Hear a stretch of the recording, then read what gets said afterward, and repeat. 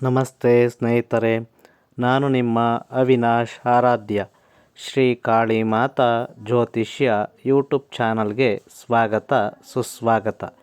ನಾನು ಇಂದು ನಿಮಗೆ ಮೇಷರಾಶಿಯ ಯುಗಾದಿಯ ವರ್ಷ ಭವಿಷ್ಯವನ್ನು ತಿಳಿಸಲಿದ್ದೇನೆ.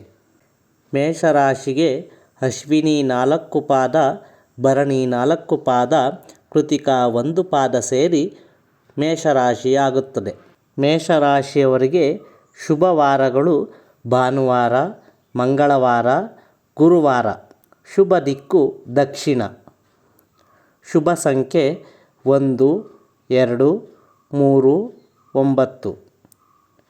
ಮೇಷರಾಶಿಯವರಿಗೆ ಶುಭ ರತ್ನಗಳು ಹವಳ, ಮಾಣಿಕ್ಯ, ಪುಷ್ಯರಾಗ. ಮತ್ತು ಮೇಷರಾಶಿಯವರಿಗೆ ಶುಭ ದಿನಾಂಕಗಳು 1, 10, 17. ಮತ್ತು ಮೇಷರಾಶಿಯವರಿಗೆ ಶುಭ ವರ್ಣಗಳು ಕೆಂಪು, ಹಳದಿ, ಕೇಸರಿ. ಮೇಷರಾಶಿಯವರಿಗೆ ಗುರುವು ವೃಷಭ ರಾಶಿಯಲ್ಲಿ ಸಂಚರಿಸುವಾಗ ಶುಭದಾಯಕನಾಗಿದ್ದು, ಆರೋಗ್ಯ ಸುಧಾರಣೆ, ಕೀರ್ತಿ ವೃದ್ಧಿ, ವ್ಯಾಪಾರ ವ್ಯವಹಾರಗಳಲ್ಲಿ ಧನಲಾಭ, ಧರ್ಮ ಕಾರ್ಯಾಸಕ್ತಿ, ಬಂಧು ಮಿತ್ರರ ಸಹಾಯ, ವಸ್ತ್ರಾಭರಣ ಪ್ರಾಪ್ತಿಯಾಗುವಂತಹ ಯೋಗಗಳು ಇರುತ್ತದೆ. ಹಾಗೂ ಶುಭ ಕಾರ್ಯಯತ್ನ ಸಫಲ ಮೊದಲಾದ ಫಲಗಳು ಉಂಟಾಗುತ್ತದೆ.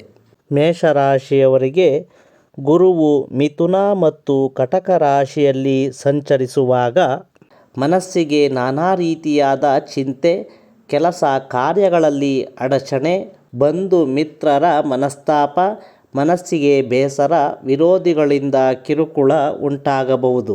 ಮತ್ತು ಕುಟುಂಬದಲ್ಲಿ ಅಹಿತಕರ ವಾತಾವರಣ ಮೊದಲಾದ ಫಲಗಳು ಕಾಣಬರುತ್ತವೆ.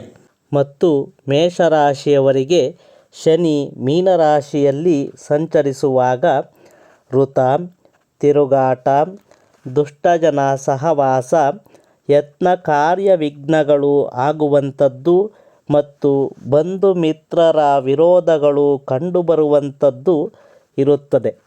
ಇದು ಮೇಷರಾಶಿಯ ಯುಗಾದಿ ವರ್ಷ ಭವಿಷ್ಯ ಆಗಿತ್ತು.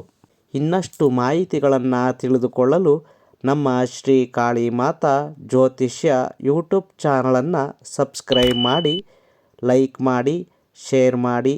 ಧನ್ಯವಾದಗಳು.